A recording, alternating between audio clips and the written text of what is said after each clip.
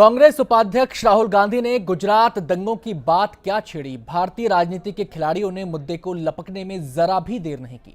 BJP तो जैसे तैयार बैठी थी। पार्टी के नेताओं ने राहुल गांधी के बयान के आने के बाद फौरन सिख दंगों की पोटली खोल दी।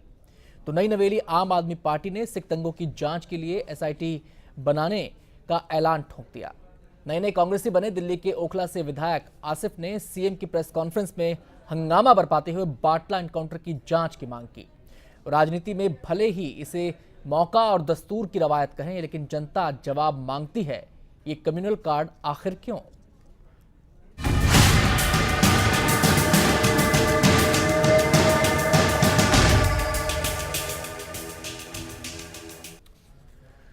तो सबसे पहले आपको एक रिपोर्ट दिखा देते हैं। कांग्रेस, बीजेपी और देश की बाकी पार्टियों के बीच धर्म, धर्मनिरपेक्षता और दंगों को लेकर तलवारें खींचना नई बात नहीं है, लेकिन जनता की सरकार चलाने का दावा करने वाले दिल्ली के मुख्यमंत्री केजरीवाल भी अब ऐसी ही सियासत को लेकर सवालों के घेरे में हैं।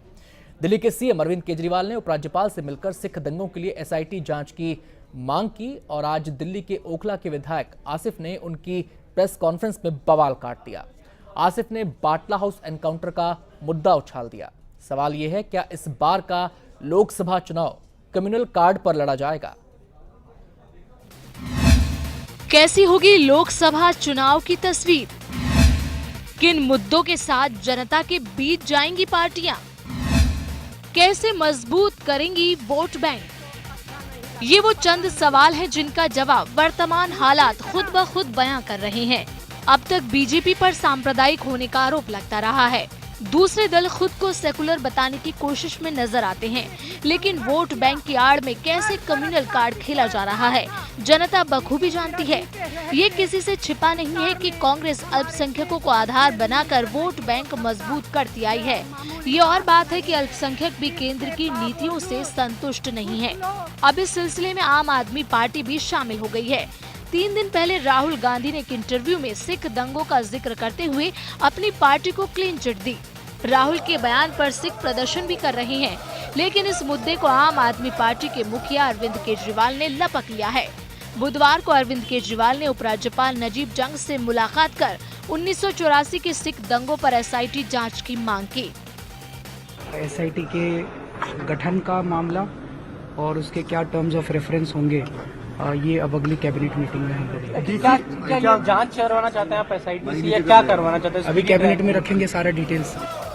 लोकसभा चुनाव से पहले अरविंद केजरीवाल ने जिस तरह 1984 के सिख दंगों को मुद्दा बनाया है, उसे सीधे सीधे चुनाव से जोड़कर देखा जा रहा है। गुरुवार को अरविंद केजरीवाल ने अपनी सरकार के 1 महीने के कार्यकाल का रिपोर्ट कार्ड पेश किया, लेकिन इस दौरान आप सरकार को बाहर से समर्थन कर रहे कांग्रेस विधायक आसिफ मोहम्मद खान ने हंगामा शुरू कर दिया। विधायक आसिफ मोहम्मद की मांग थी कि अगर सिख दंगों पर एसआईटी बन सकती है, तो फिर बाटला एनकाउंटर पर एसआईटी क्यों नहीं? आप सरदारों के मुद्दे पर एसआईटी से इंक्वायरी कराइए, हमें कोई ऑब्जेक्शन नहीं है, लेकिन आपके मैनिफेस्टो में बाटला हाउस एनकाउंटर भी था। मुसलमानों के साथ क्यों भेदभाव की पॉलिसी अपना रहे हैं ये? अगर ये बड़े हमदर्द बनते हैं, मुसलमानों के बीच में जाते हैं, कहते हैं आपको कांग्रेस की हुकूमत ने 60 साल आपके साथ छल कपट किया है और आपके मैनिफेस्टो में है बाटला हाउस एनकाउंटर। केजरीवाल के रवैये से खफा ओखला से कांग्रेस विधायक आसिफ मोहम्मद खान ने समर्थन वापसी की धमकी तक दे डाली। बहरहाल तमाम दल अपने अपने हिसाब से धर्म के आधार पर राजनीति करने पर उतारू हैं। ऐसे में अब सवाल ये उठता है कि जिस तरह राजनीतिक दल धर्म के आधार पर राजनीतिक वोट बैंक बना रहे हैं, उसको देखते हुए क्या इस बार के लोकसभा चुनाव कम्युनल कार्ड के सहारे होने जा रहे हैं? जिया न्यूज रिपोर्ट। तो ये रिपोर्ट आपने देखी। सवाल ये, क्या इस बार का लोकसभा चुनाव सांप्रदायिकता के इर्द गिर्द लड़ा जाएगा? हालांकि दावे विकास के हैं। कहा यह जा रहा है कि विकास के मुद्दों पर बातचीत हो, जनता के हक की बातचीत हो, जनता के मुद्दों पर बातचीत हो, लेकिन जो जमीन पर हकीकत नजर आती है वो ऐसे तमाम सवाल खड़े करती है। क्या वाकई ऐसा होने जा रहा है? तमाम पहलुओं पर चर्चा करने के लिए खास मेहमानों का पूरा पैनल हमारे साथ मौजूद है। पहले आपका मेहमानों से परिचय हम करवा दें। इस समय हमारे साथ स्टूडियो में मौजूद हैं गजेंद्र सोलंकी जी, बीजेपी के नेता हैं। गजेंद्र जी, बहुत बहुत स्वागत है आपका। नमस्कार। और गजेंद्र जी के अलावा हमारे साथ कांग्रेस के नेता मोहम्मद सुलेमान खान साहब भी मौजूद हैं इस चर्चा में। खान साहब, बहुत बहुत स्वागत है आपका। शुक्रिया। और मुंबई से हमारे साथ जुड़ रहे हैं समाजवादी पार्टी नेता अबू आजमी जी। आजमी जी, बहुत बहुत स्वागत है आपका। और आम आदमी पार्टी के नेता हरेंद्र सिंह भी हमारे साथ भोपाल से इस चर्चा में शामिल रहेंगे। हरेंद्र जी, बहुत बहुत स्वागत है आपका। और जैसे कि हमने आपको कार्यक्रम की शुरुआत में बताया था, इस पूरी चर्चा के दौरान तमाम पहलुओं पर बारीकी से तमाम विषयों को आपको समझाने के लिए हमारे साथ जिया न्यूज़ संपादक जेपी दीवान जी भी हमारे साथ स्टूडियो में मौजूद हैं। चर्चा का क्रम हम आगे बढ़ाएं उससे पहले जनता के जहन में क्या सवाल उठ रहे हैं, जनता क्या सोच रही है, जनता अपने नुमाइंदों से क्या सवाल पूछने चाहती है, सियासत से क्या सवाल करना चाहती है, पहले ये देख लेते हैं। आपसे ये सवाल करना चाहता हूं कि क्या विकास के मुद्दे से हटकर सांप्रदायिक मुद्दे पर चुनाव लड़ा जाना उचित है? राहुल गांधी ने एक प्रश्न उठाया है, हाँ, आम पार्टी वाले ने भी प्रश्न उठाया है, लेकिन मुझे ये कहने का है कि ये सारे सवाल अभी क्यों उठ रहे हैं जबकि चुनाव एकदम नज़दीक आ रहा है। हाँ, इतने गए 4-5 साल तक ये लोग कहाँ थे? सिख के ऊपर इन्होंने मुद्दा उठाया है केजरीवाल ने, तो ऐसा मुद्दा करने से भी अभी फ़ायदा कुछ नहीं है, क्योंकि बहुत से सारे पार्टियों के अंदर मुद्दे हैं, भ्रष्टाचार है, ये है, वो है, तो मुद्दे तो बहुत हैं। अगर मुद्दे में रहोगे तो पब्लिक जो है परेशान हो जाएगी। देश सेवा करना चाहिए। ये सब सांप्रदायिक मुद्दे उठा के कोई फ़ायदा नहीं। इससे अच्छा है कि अच्छा काम करो, महंगाई कम करो। राजनीतिक पार्टियां चुनाव के समय जो सांप्रदायिक मुद्दों को उठा रही है, तो इस सांप्रदायिक मुद्दों को उठाना उचित है क्या? कि आज हमारे भारतीय नेता विकास के मुद्दों को छोड़कर सांप्रदायिकता के मुद्दों के बारे में क्यों कह रहे हैं? तो सुनिए आपने जनता की बात, और जनता के जहन में तो उससे जुड़े मुद्दे ही घूम रहे हैं। जनता विकास चाहती है, जनता भ्रष्टाचार से छुटकारा चाहती है, लेकिन सियासत क्या चाहती है, सवाल यही है। सियासतदां क्या चाहते हैं, सवाल यही है। चर्चा की शुरुआत करते हैं, हम सीधे रुख करते हैं मोहम्मद सुलेमान खान साहब का।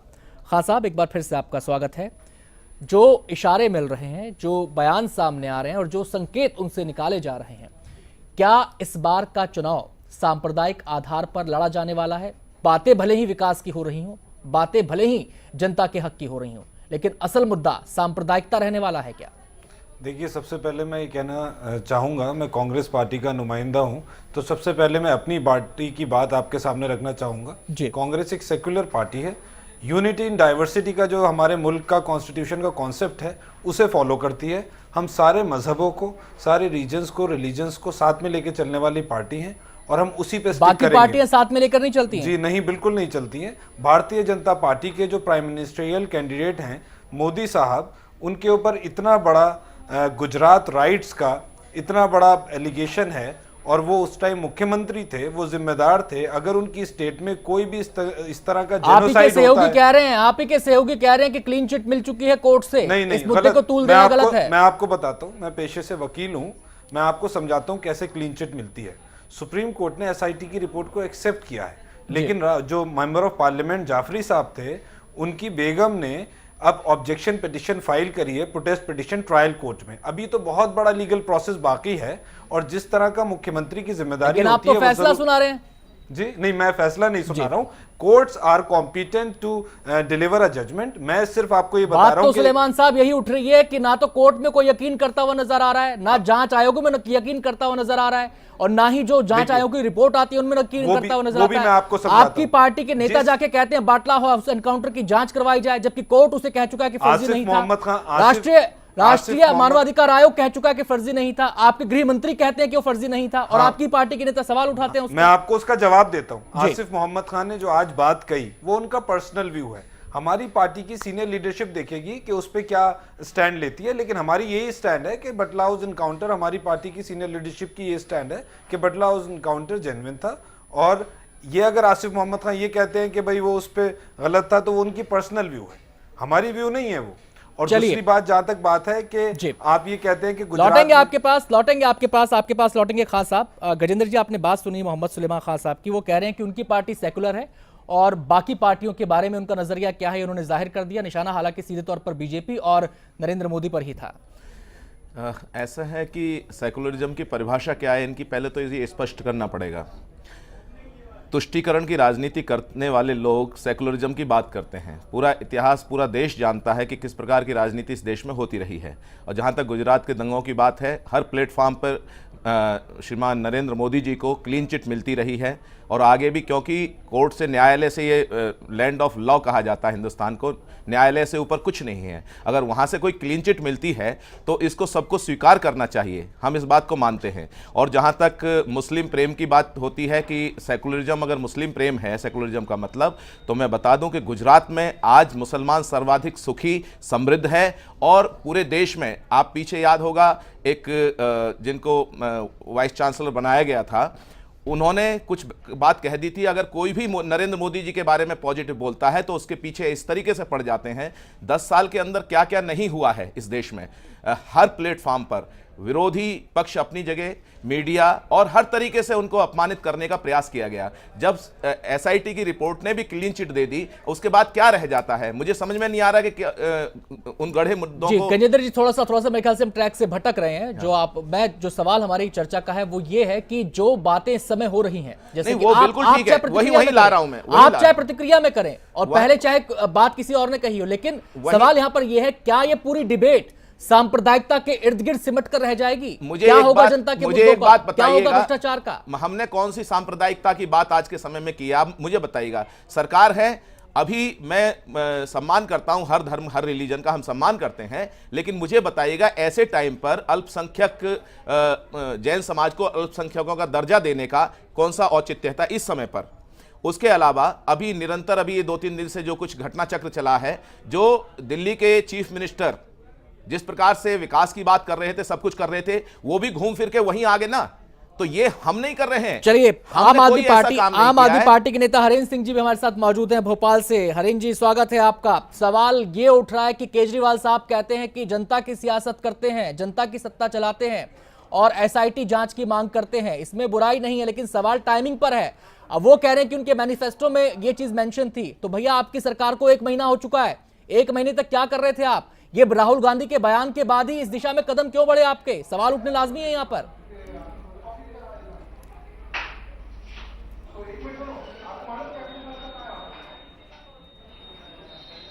नहीं, देखिए, ऐसा है कि इसके अंदर एक चीज अब आप देखिए, सबसे पहले तो ये 84 के जो दंगे हैं, ये देश के सबसे बीभत्स दंगे थे।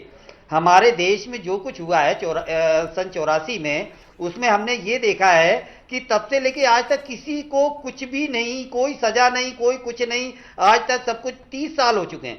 30 साल में ऐसा नहीं है कि कोई सजा नहीं हुई है, ऐसा नहीं है कि कोई सजा नहीं हुई है। ये कह सकते हैं आप कि जिन नेताओं पर आरोप लगे, जिन नेताओं पर उंगली उठी, वो सजा के दायरे में नहीं आए। केसों के फैसले हुए हैं, केसेस के फैसले हुए हैं। अपनी बात कहें अब आप। हाँ, मेन तो जो सही में दोषी हैं, उनके ऊपर कोई दोष नहीं आया। नंबर दूसरी बात, जहां तक आप बोल रहे हैं कि 1 महीने के अंदर हमारे ऊपर इतने आरोप लगे हैं, इतनी सारी चीजें हुई हैं, और उसी के अंतर्गत हम एक एक करके, हम अपने जितने भी हमने वादे किए हैं, सबको हम एक एक करके लागू कर रहे हैं। अब ये इत्तेफाक की बात आप अलग है कि हमारी घोषणा होने के आसपास के दौरान ही ये इसको लेकर के खड़ा कर दिया। बहुत अजीब इत्तेफाक हो रहे हैं सर आम आदमी पार्टी के साथ, बहुत अजीब इत्तेफाक हो रहे हैं कर रहे हैं, और इस तरीके से हम इसको बहुत अजीब इत्तेफाक हो रहे हैं, बहुत अजीब इत्तेफाक हो रहे हैं आम आदमी पार्टी सरकार के साथ। चलिए, आपके पास लौटते हैं, आपके पास लौटते हैं, सीधे हम रुख कर लेते हैं अबू आजमी साहब का। समाजवादी पार्टी के नेता हैं, मुंबई से हमारे साथ जुड़े हैं। आजमी साहब, मुजफ्फरनगर से लेकर राहुल गांधी के बयान तक और अब आम आदमी पार्टी सरकार की मांग तक, सवाल यह है, क्या कम्युनल बेस के ऊपर 2014 का चुनाव लड़ा जाएगा? क्या चीजें उसी तरीके से ताना बाना बुना जा रहा है? क्या चीजें उसी दिशा में जा रही हैं?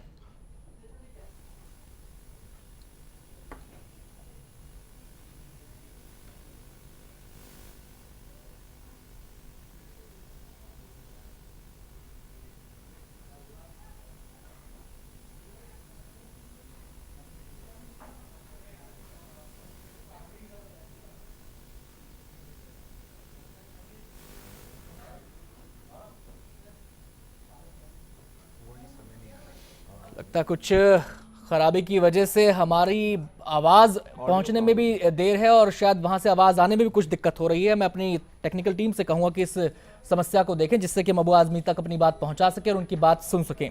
दीवान साहब से यहाँ पे हम बातचीत करेंगे। दीवान साहब, आपने कांग्रेस का नजरिया देखा, आपने बीजेपी का नजरिया देखा, इसको क्या माना जाए इसको कि या तो व्यक्ति केंद्रित कर दो चीजों को, और अगर जनता ये चाहती है कि पॉलिटिक्स एक सही दिशा में, एक सकारात्मक दिशा में हो, फिर उसको डाइवर्ट कर दिया जाए? क्या ये डेलिबरेटली हो रहा है? क्या एक सोची समझी रणनीति के तहत चीजों को इस तरीके से आगे बढ़ाया जा रहा है? बिल्कुल। देखिए, इतने बड़े बड़े मुद्दे सामने थे अभी कुछ दिनों पहले तक। आपका 2G घोटाला अभी लोगों के जहन में है, कोयला घोटाला हुआ है, करप्शन को लेकर के इतनी आवाज़ हुई है, पूरे देश भर में चर्चा चली है, आवाज़ भी हुई है, महंगाई को लेकर के पूरा देश त्रस्त है। और उन सारे मुद्दों को छोड़ करके हम इतिहास के गर्त में राजनीति को ले जा रहे हैं। 84 के दंगे या 2002 के गुजरात के दंगों को लेकर के उन मुद्दों को मुख्य मुद्दे बना करके हम वोटों का पोलराइजेशन करने में लगे हुए हैं। सारी पार्टियां, कांग्रेस भी इसमें शामिल है, बीजेपी भी शामिल है, आपसे जिनसे काफ़ी सारी उम्मीदें थी वो भी इसी तरफ जाते हुए दिखाई दे रहे हैं। तो कहीं ना कहीं ये धर्म के नाम पर या धर्मांधता फैलाने के नाम पर ये वोटों के पोलराइजेशन, जो अभी चुनाव आने वाले हैं 2014 के लोकसभा, उनमें इन मुद्दों को जिनसे जनता रूबरू हो रही है उनसे ज़्यादा उनको अहमियत दी जा रही है। दीवान साहब, यहाँ पे मैं आपका ध्यान ले जाना चाहूँगा एक उस ट्वीट की तरफ जिसको लेकर परसों काफ़ी चर्चा हुई थी अरविंद केजरीवाल के। शायद हालांकि हरेंद्र साहब कह रहे हैं कि एक महज इत्तेफाक हो सकता है, लेकिन एक संगीतकार का ट्वीट था जिसमें हत्यारे और मूर्ख का जिक्र किया गया था। इशारा किस तरफ था ये सब समझ रहे हैं, हम नाम नहीं लेना चाहेंगे, लेकिन उसको अरविंद केजरीवाल ने रीट्वीट किया। शायद आप तभी से एक जमीन तैयार हो चुकी थी जहन के अंदर और चीजें उस दिशा में जा रही थी, और आज हमारे सामने है तमाम चीजें।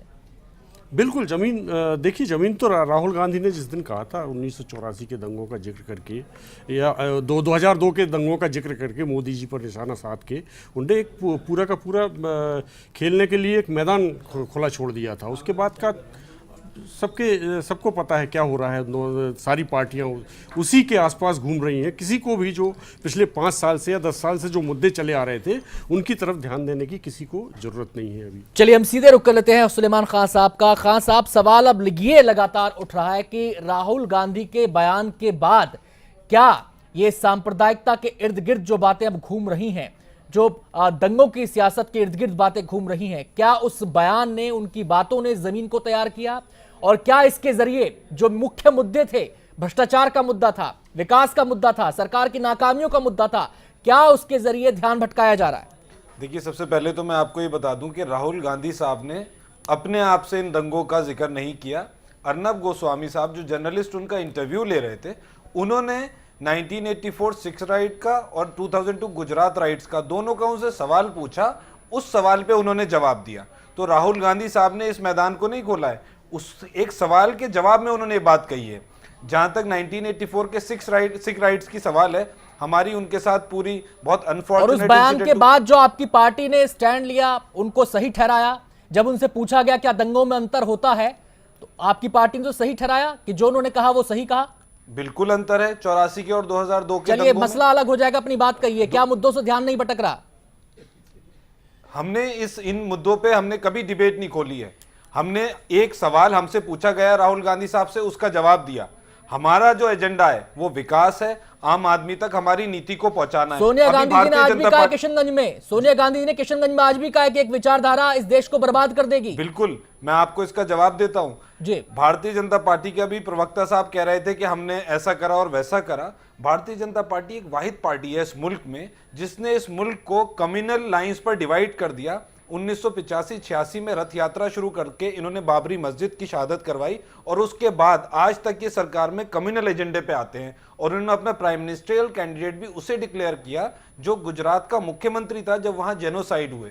तो इस मुल्क को खतरा है भारतीय जनता पार्टी और नरेंद्र मोदी से। उन्हें चाहिए सेकुलर क्रेडेंशियल। सुलेमान जी, एक मिनट में यहाँ इंटरवीन करूंगा राहुल गांधी जी से 84 के दंगों के बारे में पूछा गया था सवाल, और सवाल उसके 2002 के बारे में भी पूछा गया था। राहुल गांधी जी साफ साफ कह सकते थे भाई 84 का है वो भी गलत हुआ था, 2002 में हुआ वो भी गलत हुआ था। सांप्रदायिक दंगे देश के लिए गलत है, खराब है, उससे विकास नहीं होता, विनाश होता है। उसका वो जनरलाइज करने की बजाय उनने इस बहस में पड़ गए कि तेरी कमीज से मेरी कमीज। मैं जवाब दे रहा हूं, आपको जवाब दे रहा हूं, मुझे 1 मिनट दिया जाए। राहुल गांधी साहब ने कहा राइट्स आर हॉरेबल थिंग, दंगा जो है बहुत खराब चीज है, बहुत ही खौफनाक चीज है। 84 का दंगा भी बुरा था, 2002 का भी दंगा बुरा था, यूपी में मुजफ्फरनगर का भी दंगा बहुत बुरा है, मैं कहता हूं।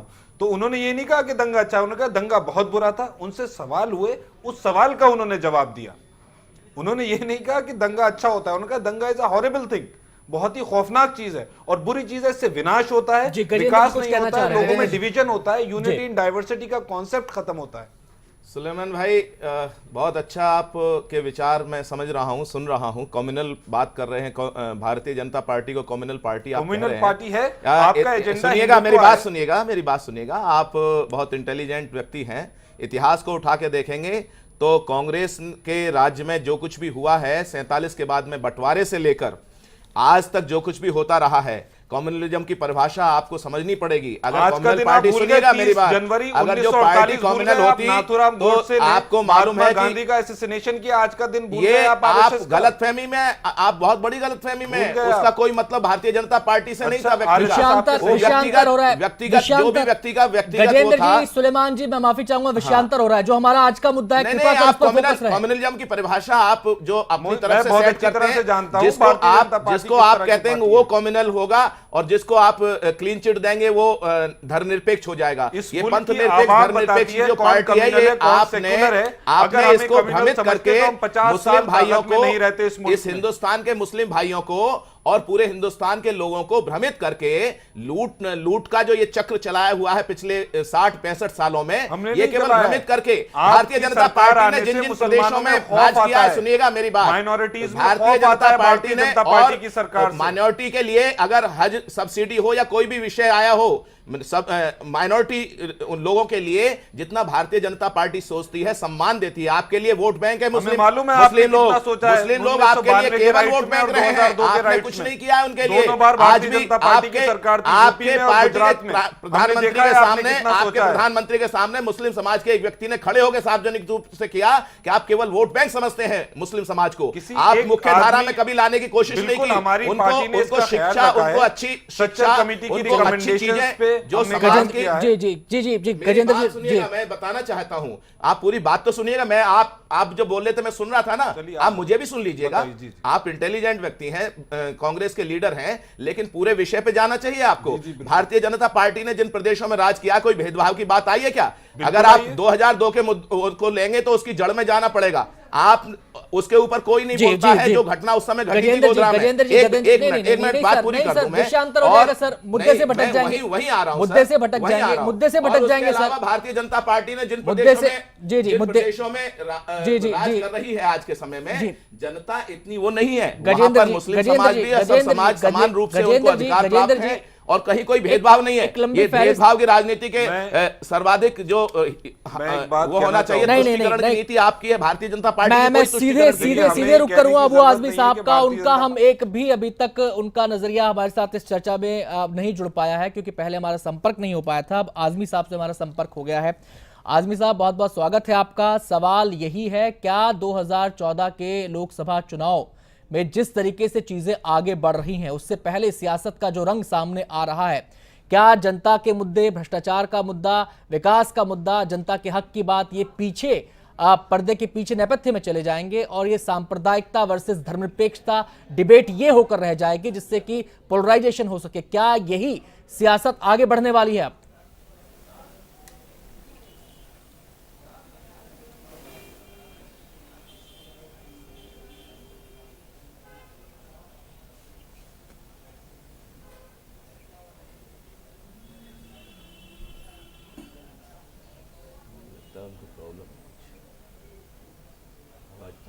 देखिए, ऐसा है कि मुसलमानों की तादाद इस मुल्क में 20 करोड़ से भी ज्यादा है 20 करोड़ लोगों से वोट लेना है तो अब बीजेपी को भी मुसलमान याद आ रहा है, कांग्रेस को भी मुसलमान याद आ रहा है। मैं अभी सुन रहा था सुलेमान साहब, मैं बीजेपी से क्या बात करूं, बीजेपी तो खुली सांप्रदायिक पार्टी है जो मुसलमानों को इस मुल्क में बर्दाश्त नहीं करती है। वो कहती है कि मुसलमान 2 नंबर का शहरी होना चाहिए, ये देश जो है हिंदू राष्ट्र होना चाहिए। तो मैं बीजेपी को तो मैं रिजेक्ट करता हूं। वो इस देश में राजनीतिक पार्टी जो है इस देश को तोड़ना चाहती है। जहां अब मैं कांग्रेस से बात करना चाहता हूं, सुलेमान साहब बड़ी अच्छी बात कर रहे थे बेचारे, मैं उनसे पूछना चाहता हूं सुलेमान साहब, आपकी पार्टी बहुत ही सेकुलर है, मुझे आप 1 to 1 आपसे जवाब चाहिए, आप वकील भी हैं। 2001 से सिमी पर पाबंदी लगी हुई है देश के अंदर। देखिए इलेक्शन होना चाहिए विकास के ऊपर, लेकिन आप मुसलमानों को जेल की सलाखों के पीछे भेज देंगे, नौकरी नहीं देंगे, उसे आतंकवादी बताएंगे, तो क्या का विकास। 2001 से सिमी बैंड लगा हुआ है। अभी पिछले 2 साल पहले दिल्ली की ट्रिब्यूनल ने गीता मित्तल जी ने 265 पेज पे जजमेंट दिया कि इनके सिमी के खिलाफ कोई ऐसी चीज नहीं है कि इस पे बैंड लगाया जाए।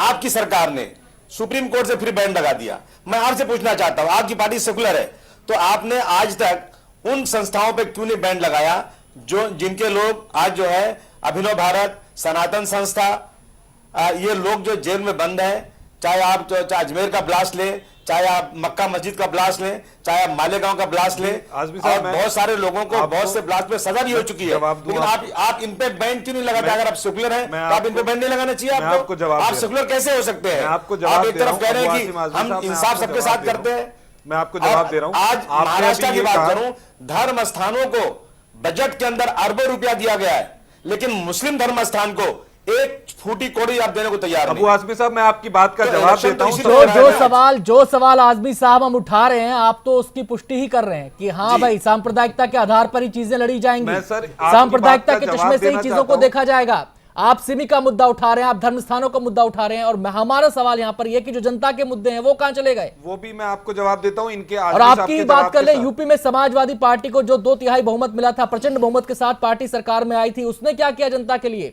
दंगे वहां पर भी हो गए, दंगे वहां पर भी हो गए, वहीं पर मुसलमान कौम ही खिलाफ खड़ी हुई है आपके। ये देश में अगर 20 करोड़ के साथ नाइंसाफी हो गई तो भारत में क्या विकास?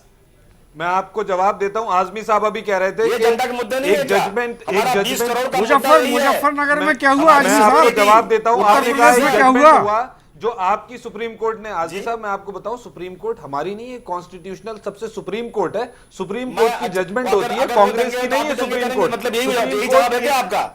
Supreme court is independent. आपको ये मालूम होगा ये लेजिस्लेशन, एग्जीक्यूटिव और सुप्रीम कोर्ट इंडिपेंडेंट होते हैं। दूसरी बात सुनिए आप ये बात करते हैं कि सिमी पे बैन, होम मिनिस्टर शिंदे साहब ने अभी बयान दिया था कि जो मुसलमान गलत तरीके से, आपने मुझे ऐसा सुनाई दिया कि आपने कहा कि आपकी सुप्रीम कोर्ट ने, हमारी नहीं है सुप्रीम कोर्ट। सुप्रीम कोर्ट पूरे मुल्क की सबसे सुप्रीम अदालत है।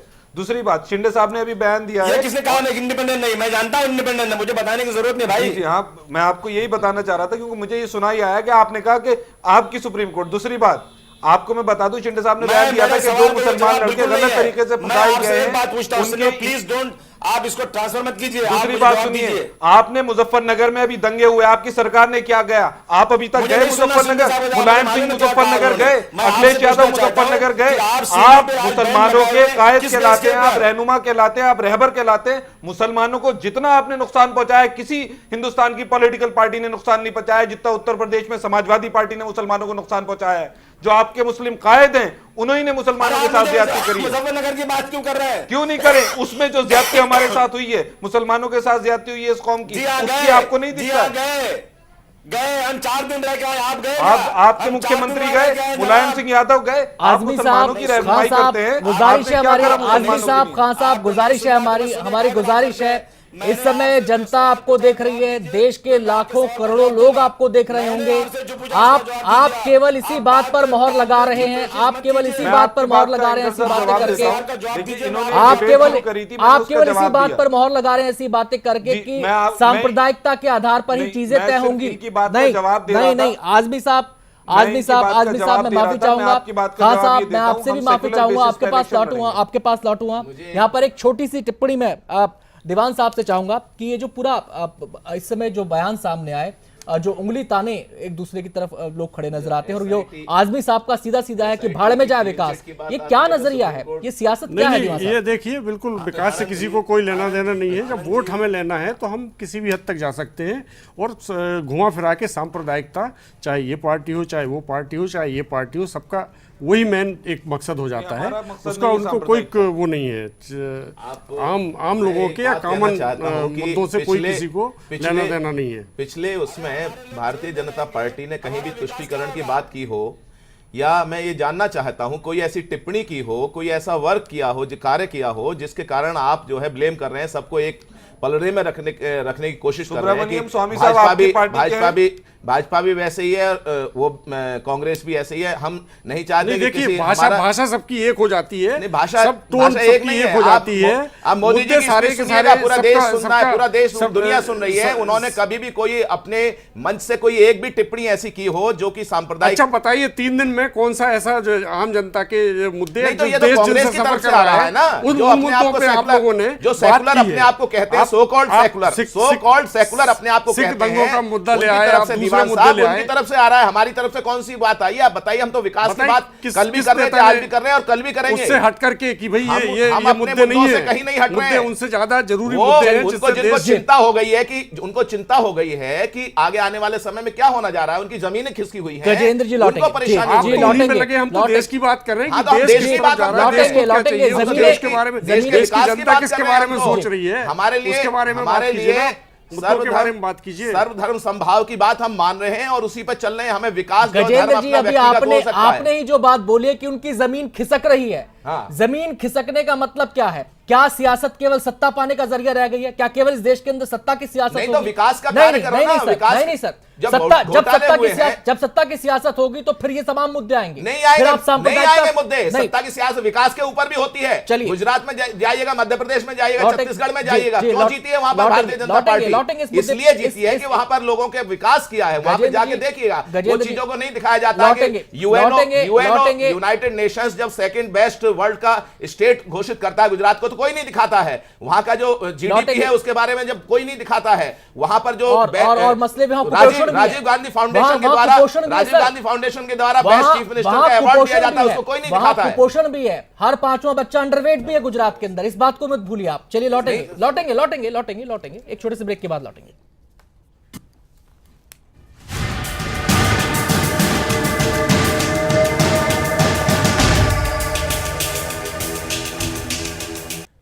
ब्रेक के बाद स्वागत है आपका। आप देख रहे हैं हमारा खास कार्यक्रम जनता मांगे जवाब, और अब तक जो डिबेट हुई है उसमें कई ऐसी बातें निकलकर सामने आई हैं जिनसे भी ये सवाल खड़े होते हैं कि आखिर सियासत किस दिशा में आगे बढ़ रही है। 2014 लोकसभा चुनाव से पहले लगता यह है कि सियासत पर सांप्रदायिकता का रंग चढ़ने लगा है। हर पार्टी अपने तर्कश से वो तीर चला रही है जिससे विरोधी को सांप्रदायिक और खुद को धर्मनिरपेक्ष साबित किया जा सके। सियासी फायदे के लिए दंगों को लेकर भी बयानबाजी हो रही है। ऐसा लगता है कि इस रेस में कोई किसी से पीछे नहीं रहना चाहता। सवाल यह है, क्या लोकसभा चुनाव से पहले पूरा फोकस विकास और जनता से जुड़े मुद्दों के बजाय दंगों और सांप्रदायिकता के इर्द गिर्द सिमट जाएगा? कब तक सुलगेगी दंगों पर सियासत? कब तक होगी दंगों पर बयानबाजी? क्या सियासत का जरिया बन गए हैं दंगे? लोकसभा चुनाव से पहले ये सवाल बेहद अहम हो गया है। लोकसभा चुनाव जैसे जैसे नजदीक आ रहे हैं, दंगों पर सियासत तेज हो रही है। बयानों के जरिए दंगों पर सियासत की आग को और हवा दी जा रही है। राहुल का मोदी पर हमला, गुजरात दंगों के लिए मोदी जिम्मेदार। 2002 के दंगों के लिए विरोधी मोदी और बीजेपी दोनों को घेरते आए हैं। इस घेराबंदी में कांग्रेस सबसे आगे खड़ी नजर आती है। कांग्रेस अध्यक्ष सोनिया गांधी, प्रधानमंत्री मनमोहन सिंह के बाद अब कांग्रेस के पोस्टर बॉय और उपाध्यक्ष राहुल गांधी ने भी मोदी पर सीधा और तीखा हमला बोल दिया है। एक अंग्रेजी चैनल को दिए इंटरव्यू में राहुल ने दंगों के लिए मोदी को जिम्मेदार ठहराते हुए कहा, साल 2002 में गुजरात में दंगे हुए, लोग मारे गए। नरेंद्र मोदी उस समय राज्य के मुख्यमंत्री थे। मैं अकेला उन पर आरोप नहीं लगा रहा हूँ। कई लोगों ने देखा कि गुजरात सरकार ने दंगे भड़काए, अल्पसंख्यकों पर प्रशासन ने हमले किए। स्पेशल टास्क फोर्स था उसने मोदी जी को क्लीन चिट दे दी है, लेकिन क्लीन चिट देने के बावजूद भी कई अनुत्तरित प्रश्न हैं। संजीव भट्ट ने स्वयं ने कमीशन के सामने 47 चिट्ठियों का, पत्रों का की जानकारी मांगी है, जो राज्य सरकार पिछले 1.5 साल से जानकारी उपलब्ध नहीं करा पा रही है। तो दोनों में फर्क है। सर, उन्होंने कहा कि जनसंवाद में मोदी जी की सीधा इन्वॉल्वमेंट निश्चित तौर पे था। राहुल गांधी के बयान पर बीजेपी आक्रामक हो गई है। 1984 के सिख विरोधी दंगों को लेकर बीजेपी ने पलटवार किया। बीजेपी 84 दंगों को लेकर कांग्रेस के साथ तत्कालीन प्रधानमंत्री राजीव गांधी को भी कटघरे में खड़ा कर रही है। उनकी सरकार के बारे में सिख नरसंहार का दुर्भाग्यपूर्ण 84 राइट्स हुआ था, उन्होंने कुछ कांग्रेसमैन का नाम लिया। कुछ हो सकते हैं, ये कौन है? राहुल गांधी बताएं, उनके खिलाफ क्या कार्रवाई हुई? राहुल गांधी बताइए, क्यों नहीं कार्रवाई हुई? क्या हम नहीं जानते हैं कि सज्जन कुमार को बचाने के लिए दिल्ली पुलिस और सीबीआई ने पूरी कोशिश की? दंगों पर बयानों की सियासत केवल कांग्रेस और बीजेपी के बीच नहीं हो रही है, बल्कि बाकी दल भी पीछे नहीं है। हाल में एक रैली के दौरान दंगों को लेकर समाजवादी पार्टी मुखिया मुलायम सिंह यादव ने भी मोदी पर हमला बोला था। और जब उनकी पार्टी के राज में मुजफ्फरनगर दंगों को लेकर सवाल उठते हैं, तो मुलायम दंगा पीड़ितों को कांग्रेस और बीजेपी का एजेंट बताने से भी गुरेज नहीं करते। इसे देश का दुर्भाग्य कहें या फिर सियासत की संवेदनहीनता कि दंगे जैसे गंभीर मसले पर भी नेताओं की बयान बहादुरी नहीं रुकती। सवाल ये है कि क्या दंगों पर नेताओं की बयान बहादुरी पीड़ितों के जख्मों पर कोई मरहम लगाती है? क्या बयानों की सियासत से दंगों को रोकने का रोड मैप तैयार होता है, या फिर इसका मकसद केवल वोट बैंक और उसके जरिए सत्ता हासिल करना ही है? जिया न्यूज रिपोर्ट। सवाल कई हैं, हम सीधे रुक कर लेते हैं। आम आदमी पार्टी के नेता भोपाल से हरेंद्र सिंह जी हमारे साथ मौजूद हैं। काफी देर से उनसे बातचीत नहीं हो पाई है। हरेंद्र सिंह जी, एसआईटी जांच की मांग कर डाली है अरविंद केजरीवाल जी ने। आप ये दावा करती रही आपकी पार्टी कि हम दूसरों से अलग सियासत करने के लिए आए हैं, हम जनता की सियासत करने के लिए आए हैं। सवाल ये, क्या आम आदमी पार्टी पर भी अब सांप्रदायिकता का रंग चढ़ने लगा है? ये एसआईटी जांच की जो मांग की गई है, इसके क्या मायने निकाले जाएं? इसकी टाइमिंग के लेकर क्या मायने इसके निकाले जाएं?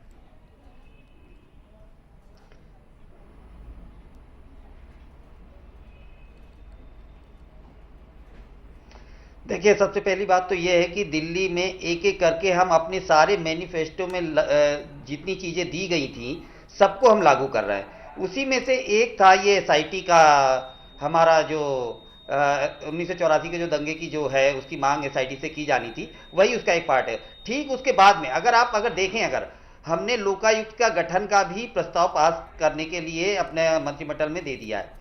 मतलब हमारा यहाँ पर सर आपके सरकार के रिपोर्ट कार्ड पर बात नहीं कर रहे हैं अलग हटकर। हरेंद्र जी, यहाँ पर आपके सरकार के रिपोर्ट कार्ड पर बात नहीं कर रहे हैं हम बात कर रहे हैं कि ये जो स्टेप लिया गया इसके मायने क्या हैं? क्या आपकी पार्टी भी सांप्रदायिकता की राजनीति कर रही है? नहीं, देखिए मैं वही बता रहा हूँ।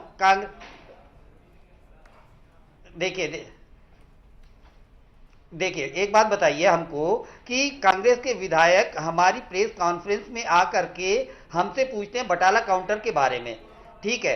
1 महीने पहले तक शीला दीक्षित से वो पूछने नहीं जाते हैं, जब तक उनकी सरकार 15 साल से थी तब तक उनसे नहीं पूछा गया ये सवाल। हमको 1 महीने में ही सारे प्रश्नों के उत्तर भी देने हैं, सारी चीजों को इम्प्लीमेंट भी करना है, सब चीजें हमको दिखानी है। आप उन्हीं के साथ कांग्रेस से लेकर सरकार चला रहे हैं। हमें भी हमको घसीटा जा रहा है। आपको कहने का अधिकार नहीं है, कांग्रेस के ऊपर कोई टिप्पणी आपको करने का अधिकार ही नहीं है। 1 महीने का जो फेलियर है आपका दिल्ली में, जिस हम किसी के साथ नहीं, 1 महीने का जो फेलियर है आपका दिल्ली में, आप उसको ढकने के लिए ये नया मुद्दा छेड़ा है आपने। और इसमें जो आपके सहयोग देने वाले हैं वो भी शामिल है। मैं आपको क्लियर ये जनता के दरबार में बोलना चाहता हूं इस मीडिया के माध्यम से। नहीं, 1 महीने का जो फेलियर है, एक जगह से दूसरी जगह ध्यान डाइवर्ट करके, और अब ये नया मुद्दा आपने छेड़ा है। असली मुद्दे जो थे वो और ही हैं। वो दिल्ली की जनता को जो मतलब सहूलियत देनी थी, आपको चुना था, आपको एक ऐसा अधिकार दिया, कांग्रेस के साथ में आपने सरकार बनाई, अच्छी बात है, आप सरकार चलाइएगा। आप भोपाल आ जाइए, मैं आपको भोपाल में दिखाता हूँ। जी। आप भोपाल आइए, मैं दिखाता हूँ आपकी गवर्नमेंट, शिवराज सिंह की गवर्नमेंट की क्या हालत है, कितनी बुरी हालत में है। सब कुछ करेंगे, पूरी दुनिया देख रही है जी। एक मिनट जबरदस्त जो बहुमत प्राप्त हुआ है वो गजेंद्र बता जी, रहा आप है। आरोप प्रत्यारोप मत कीजिए। बहस हम कर रहे हैं, सांप्रदायिकता का इस्तेमाल चुनाव में होना चाहिए कि नहीं, उस पर अगर आप गंभीरता से बहस कर सकते हैं तो कीजिए। हरेंद्र जी, मैं एक चीज जानना चाहता हूं, आप बोल रहे थे कि ये SIT वाला मुद्दा आपकी पार्टी के मैनिफेस्टो में था और 1 महीने में हम कर ही रहे हैं सारे उसमें, लेकिन मैं अभी टेलीविज़न चैनलों पे आपके ही कुछ नेताओं को ये कहते हुए सुना है कि बाटला हाउस वाले एनकाउंटर का मामला ही नहीं था मैनिफेस्टो में। इस पर जरा आप क्लियर करेंगे अपना स्टैंड? हाँ, वो हमारे इसमें था नहीं ना, वो हमारे मैनिफेस्टो में नहीं था। उसका सबसे पहले ही, चूंकि सुप्रीम कोर्ट ने उसका ऑर्डर दे दिया है, तो उसके बाद में वो लेकिन थोड़ी देर पहले तो कहा कि वो मैनिफेस्टो का मुद्दा था, इसलिए आप एक जो चीज हम कर सकते अनाउंस कर रहे हैं। आम आदमी के लिए जो भी चीजें होंगी उसको देखिए हरेंद्र जी, अभी आपने कहा कि बाटला हाउस एनकाउंटर मामले में कोर्ट का फैसला आ गया है। बाटला हाउस हमारे जी, भी देख लीजिए, केजरीवाल साहब ने भी प्रेस कॉन्फ्रेंस में यही बात कही थी कि बाटला हाउस एनकाउंटर का मामले पर कोर्ट का फैसला आ गया है, हम कोर्ट के फैसले का सम्मान करते हैं, लिहाजा उस विषय में हमें कुछ नहीं कहना है, इसलिए वहां पर जांच की बात नहीं है। आप कर रहे हैं 84 के सिख दंगों की बात। सवाल यह उठता है कि कई मामलों में तो यहां भी कोर्ट का फैसला आ चुका है, कई मामले कोर्ट में लंबित हैं, तो आप बता दीजिए कि आप एक मामले में कोर्ट का सम्मान करेंगे, एक में कोर्ट का सम्मान नहीं करेंगे, इसके क्या मायने हैं, इसको भी जरा समझा दीजिए हमें।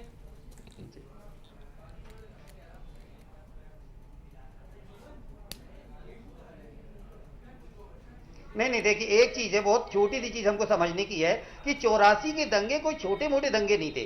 पूरे देश में, पूरे विश्व में बहुत ही बड़े पैमाने पे हमारे देश के सबसे बड़े दंगों में से इसको माना जाता है।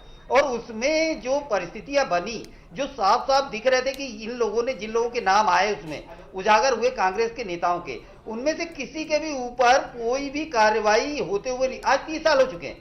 आप देखिए, क्या इसकी जरूरत नहीं है क्या कि SIT की जांच बिठा करके उन दोषियों को अंदर किया जाए? चलिए, कांग्रेस के नेता सुलेमान खान साहब हमारे साथ मौजूद हैं। सुलेमान साहब, आम आदमी पार्टी कह रही है कि SIT की जरूरत है, क्या वाकई जरूरत है? मैं बहुत शॉर्ट में आपको इंसाफ नहीं मिला लोगों को। देखिए, मैं आपको बताऊं, हमने आपका जो आज का इशू है, टॉपिक है डिबेट का, वो ये है कि भाई कम्युनल पॉलिटिक्स हो रही है चुनाव से पहले। मैं आपको बताऊं, हमने इसकी शुरुआत नहीं करी। राहुल गांधी साहब से मैंने पहले भी अभी कहा, सवाल पूछे गए, उसका उन्होंने जवाब दिया। एकदम अरविंद केजरीवाल साहब को एकदम रात में ख्वाब आया कि अब SIT की जांच की डिमांड होनी चाहिए, क्योंकि राहुल गांधी साहब से एक सवाल में उन्होंने स्टेटमेंट दे दिया। उन्होंने LG से SIT की डिमांड करी, और भारतीय जनता पार्टी के भी मेरे मित्र कह रहे थे कि हम तो ये नहीं कर रहे हैं। उनके अलायंस में, जिसे वो अपना नेचुरल अलाय कहते हैं अकाली दल को, उन्होंने आज उस पर प्रदर्शन किया। और एक बात मैं आपसे और कहना चाहूंगा कि ये कह रहे थे सजा नहीं हुई, लीगल प्रोसेस है, चाहे बाटला हाउस इनकाउंटर हो, उसका एक लीगल प्रोसेस है। दिल्ली पुलिस कहती है कि वो इनकाउंटर जेन्युइन था, कोर्ट में मामले पेंडिंग है या कोर्ट का फैसला आ गया।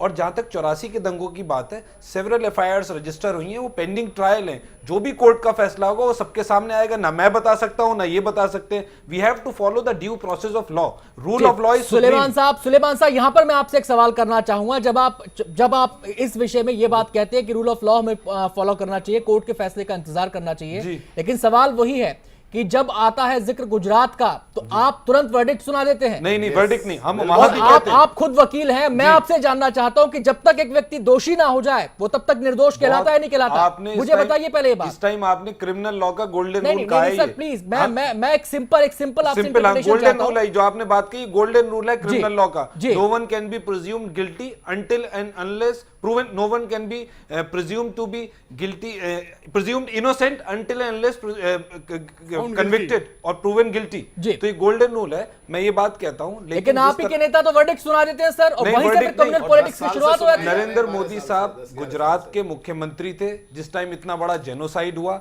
स्टेट स्पॉन्सर्ड राइट था। हालांकि विषयांतर होगा, लेकिन खान साहब आप बार बार जिक्र कर रहे हैं गुजरात का, तो यहां पर मैं कुछ फैक्ट्स आपके सामने रख देता हूं सर, आप सुन लीजिए जरा उनको भी। 1969 में दंगे हुए, मुख्यमंत्री कांग्रेस के थे, उनका नाम था हितेंद्र भाई देसाई, मानेंगे आप इस बात को? 1985 में दंगे हुए, मुख्यमंत्री थे माधवजी सोलंकी, मानेंगे इस बात को आप? कांग्रेस के ही मुख्यमंत्री थे। 87 में दंगे हुए, कांग्रेस के मंत्री थे अमर सिंह चौधरी। 90 में दंगे हुए, कांग्रेस के मंत्री थे, मुख्यमंत्री चिमन भाई पटेल। एक लंबी फहरिस्त है सर। जिक्र उनका क्यों नहीं आता? कोई भी यही दंगे, सवाल केवल जी जवाब देता हूं, कोई भी दंगे आप देखिए, गुजरात के जो दंगे हुए वो पूरे स्टेट स्पॉन्सर्ड थे, और जो यूपी में भारतीय जनता पार्टी ने दंगे कराए या गुजरात में नरेंद्र मोदी ने जो दंगे कराए वो पूरे स्टेट स्पॉन्सर्ड दंगे थे, पूरी प्री प्लान कॉन्स्पिरेसी के साथ। कहना चाहेंगे आप? सीधा आरोप लगा रहे हैं आपने दंगे करवाए। प्री प्लान पूरी कॉन्स्पिरेसी थी। लाशों को जो कार सेवक मरे थे, जो उन लाशों को अहमदाबाद लाया गया, मना करा एडमिनिस्ट्रेशन ने कि उन लाशों को अहमदाबाद नहीं लाया जाए। मोदी साहब ने मेक श्योर किया कि वो लाशें सबके सामने लाई जाएं, और उससे भड़काया गया और दंगों को कॉन्स्पायर करा गया बाकायदा। संजीव भट्ट साहब ने कई बार खत लिखा, लेकिन उसका कोई जवाब नहीं आया। सुलेमान खान साहब, आपने कहा अभी एक बात कही कि हमारी जो सहयोगी पार्टी है अकाली दल वो प्रदर्शन कर रही है, तो प्रदर्शन अपने आप तो आके सड़कों पे आ नहीं गई। आपके लीडर ने स्वीकार किया कि आपके पार्टी के कुछ लोग उसमें इन्वॉल्व थे। नहीं, उन्होंने, मैं आपको बता दूं, सुनिए मेरी बात मेरे पूरी होने दीजिए, मैं आपको स्टेटमेंट बता दूं, राहुल गांधी साहब का आपको स्टेटमेंट बता दूं। उन्होंने कहा था probably some of the congressmen were probably whatever he said, ये नहीं कह दिया, मैं उसमें नहीं जा रहा हूं। एक स्वीकारोक्ति है कि कांग्रेस के लीडर उसमें इन्वॉल्व थे। उसके बाद में अकाली दल वाले लोग जिसको पीड़ा है 20-25 साल से 30 साल से भुगत रहे हैं उस पीड़ा को, वो अगर सड़कों पे आते हैं तो इसमें कौन सी बुरी बात है? प्रदर्शन कर रहे हैं। दूसरी बात ये है, दूसरी बात अभी हमारे भाई इस बात का जवाब देते हैं, सिर्फ एक बात का, फिर मैं आपकी सारी बात अग्री करूंगा 1% के लिए। आप मुझे बताइए, सन 84 से लेकर आज 2014 में ऑलमोस्ट 3 साल हो गए। जब कोई क्राइम होता है तो उस क्राइम सीन को प्रिजर्व करने के लिए पुलिस अपने कुछ जवान छोड़ जाती है कि प्रिजर्व रहे। 30 साल बाद कैसे कोई इंक्वायरी में रिपोर्ट आएगी? ये पूरा पॉलिटिकल गिमिक बना दिया है। हम बहुत अफसोस हमने नहीं बनाया है, हमने नहीं बनाया है, ये आपकी पार्टी ने बनाया, आपकी पार्टी की सरकार रही है सर, उनके साथ आपकी पार्टी की सरकार रही है, आप समर्थन अनफॉर्चुनेट थे, लेकिन 30 साल बाद उस पर राजनीति की जा रही है। नहीं, हमने नहीं की राजनीति, सॉरी टू से, हमसे सुलेमान खान साहब आप सही बोल रहे हैं, राजनीति आपके सहयोगी आप सही बोल रहे हैं कि राजनीति की जा रही है। आम आदमी पार्टी अलग से राजनीति कर रही है, आपका सही कह रहे हैं कि राजनीति कर रही है। और आम आदमी पार्टी के बारे में तो मुझे कहने की जरूरत नहीं है, पूरे देश और दिल्ली की जनता समझ रही है सारा खेल क्या हुआ उसके साथ में धोखा, और जिस प्रकार से गाली देके उसके बाद में तो सांप्रदायिक का तो इसलिए कि उनके पास कोई मुद्दे नहीं बचे हैं। मुद्दों के मामले में दोनों पार्टी दरिद्र हो चुकी है, इसलिए ये इस तरीके की राजनीति पे आ गए हैं। मैं रोकना चाहूंगा यहाँ पर देवान साहब से, मैं एक टिप्पणी लेना चाहूंगा, वो ये कि पूरी चर्चा हमारे सामने है अब, और इसके बाद निचोड़ क्या निकलता है? निचोड़ यही निकलता है शायद कि भी चीजें जा रही हैं उसी दिशा में। इस डिबेट को, मतलब मुद्दों पर मुखौटों की राजनीति होगी, चुनाव से पहले चीजें उसी दिशा में जा रही हैं। बिल्कुल, देखिए अंग्रेजों ने अपने राज चलाने के लिए हिंदू और मुसलमानों को बहुत ही तरीके से आपस में लड़वाया, और यहाँ तक लड़वाया कि पार्टीशन देश को आज़ाद करते करते वो देश को बांट के चले गए। उसके बाद हमारी सियासी पार्टियों ने सांप्रदायिक तनाव को या सांप्रदायिक भावनाओं को इसलिए भड़काया क्योंकि उन्हें बफर एक वोट बैंक चाहिए था, एक बल्क में वोट्स को अपने पक्ष में करना था। और जब भी चुनाव होते हैं तो उनको उसी तरह से इस्तेमाल किया जाता है, उनको उसी तरह वो देश की 198 लोकसभा सीटें सीधे सीधे मुस्लिम वोट्स जो है वो प्रभावित करते हैं, तो उनको, और उनमें से 102 कांग्रेस के पास है। अभी उन्हीं 102 सीटों को अपने पक्ष में करने के लिए दूसरी तो क्या ये माना जाए कि जो धर्मनिरपेक्षता की जो बात है, दरअसल ये भी एक सांप्रदायिकता के चश्मे से ही इंटरप्रेट किया जाता है चीजों को? धर्मनिरपेक्षता की जब बात है, धर्मनिरपेक्षता, देखिए धर्मनिरपेक्षता वोट लेने तक, जब चुनाव होने के पहले तक धर्मनिरपेक्षता सबके लिए वो होता है, एक आदर्श वाक्य होता है, लेकिन जैसे ही वो वोट का वो आता है तो उन्हीं को मुद्दा बना करके वो धर्म या जाति के नाम पर। शब्द धर्मनिरपेक्ष नहीं होना चाहिए, क्योंकि धर्म जीवन जीने की शैली होता है, अच्छाई के लिए होता है। पंथ निरपेक्ष हो सकता है, कोई भी शब्दों की देखिए, शब्दों का सारा खेल है,